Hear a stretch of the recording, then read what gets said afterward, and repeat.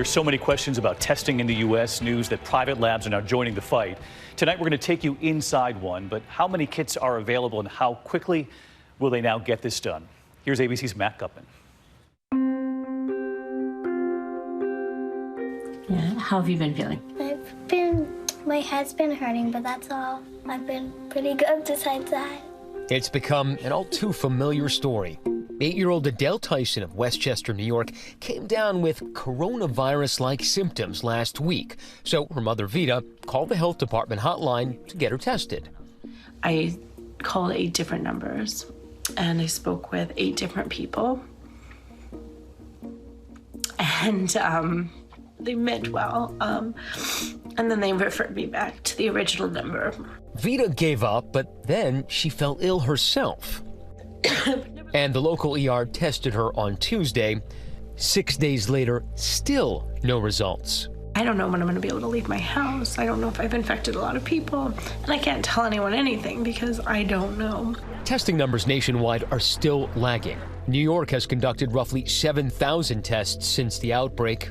North Carolina's public labs have only done about 300. However, in South Korea, where the number of cases have now flattened, over 275,000 tests have been conducted.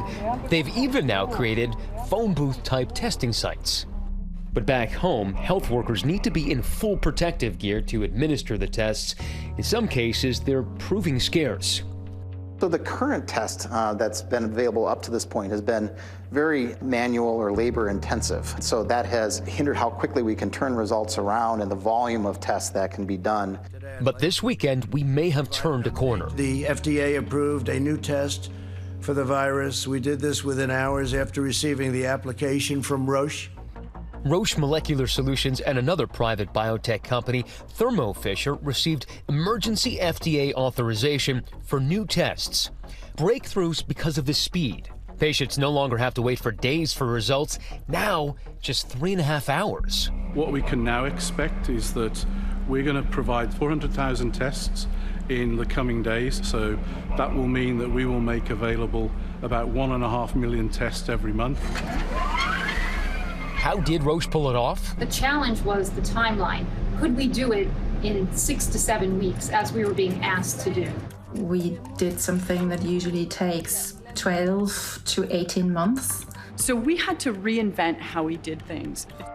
With the potential to be a COVID-19 game changer, the Roche factory went into overdrive. With the thumbs up from the FDA around midnight on Friday, the tests rolled out over the weekend. This New Jersey shipping team loading trucks, heading out to over 30 labs across the country.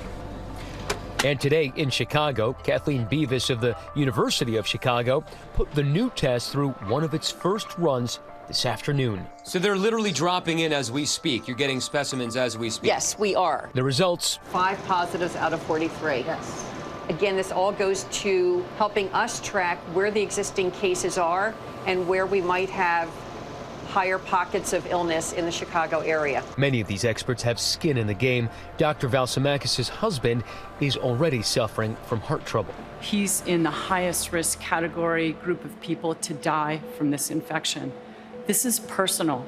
I want to protect him.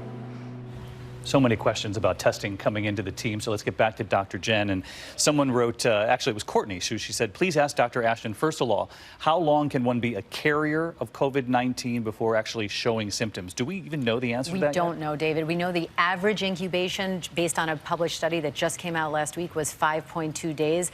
By 11 days, 97% of people will convert to positive, but we really don't know what that range is. We still need to test more people. And that's just a question before showing symptoms. There are still many who are asymptomatic. Right. We heard that from Donovan Mitchell, the NBA player for the Utah Jazz, who said he tested positive, not feeling any symptoms. And there was a question from Tim who wrote in, if asymptomatic or no symptoms, shouldn't we still be tested if we are contagious to others? Well, the long-term answer is yes. We need to test a lot of asymptomatic people, but we're not there yet. So right now it's what's considered a tier 3 level, an asymptomatic person in the community who maybe was just exposed to a confirmed case. Right now, the real answer is self-quarantine, because the ability to test asymptomatic people just is not there yet. Because there would be a crush of people then trying to get tested, and we already have seen what's happened in our country Precisely. with the testing process so far. So again, if you have symptoms that fever of 100.4 or above, call your doctor. In some cases, absolutely, if you have a medical condition. But remember, some people don't have a high fever with this. So again, that's why we need to test a lot more people. And if you don't have the fever, but you have some of the other symptoms, what are they to look out for, Jen? Body aches, extreme fatigue, a severe headache, and dry cough. If you have a healthcare provider, you want to call that person. If not,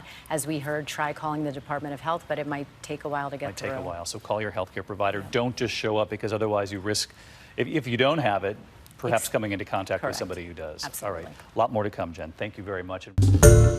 Hi, everyone. George Stephanopoulos here. Thanks for checking out the ABC News YouTube channel. If you'd like to get more videos, show highlights, and watch live event coverage, click on the right over here to subscribe to our channel. And don't forget to download the ABC News app for breaking news alerts. Thanks for watching.